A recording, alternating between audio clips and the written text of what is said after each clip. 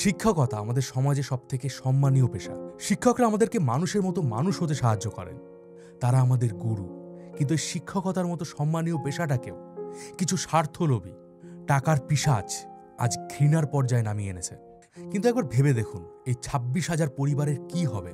আর এই 26,000 শিক্ষকরা যে স্কুলে পড়াতেন, সেই স্কুলের স্টুডেন্টদের কি হবে? কিছুদিন পরেই বোর্ডের এক্সাম রয়েছে। সব স্টুডেন্টদের কাছে তো প্রাইভেট টিউটরও থাকে না। তাহলে তাদেরকে কে পড়াবে? রাজ্যে অলরেডি শিক্ষকের কমতি রয়েছে, তার মধ্যে 26,000 শিক্ষক আরও কমে গেল। যারা নিজেদের বাড়িতে একমাত্র আর্নিং মেম্বার ছিলেন, তাদের পরিবারের কি হবে? যার মা অসুস্থ, বাবা অসুস্থ, ছোট বাচ্চা শিশু রয়েছে, তাদের কি হবে?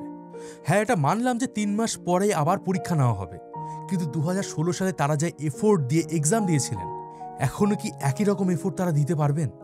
এত পরিমাণে মানসিক চাপ, সামাজিক চাপ, ফ্যামিলি প্রেশার পেরিয়ে কি আবারও একটা চাকরি পাওয়া সম্ভব? এটা তো গেল এসএসসির কথা। প্রাইমারি টিচার নিয়োগেও যে কত বড় দুর্নীতি হয়েছে, সেটা মোটামুটি আমরা সবাই জানি। আমাদের আশেপাশে এমন অনেক লোকজন আছে যারা 8 থেকে 10 লাখ টাকা দিয়ে চাকরি পেয়েছে। তাদের জন্য এই এসএসসি দুর্নীতির মামলার রায় একটা ওয়ার্নিং।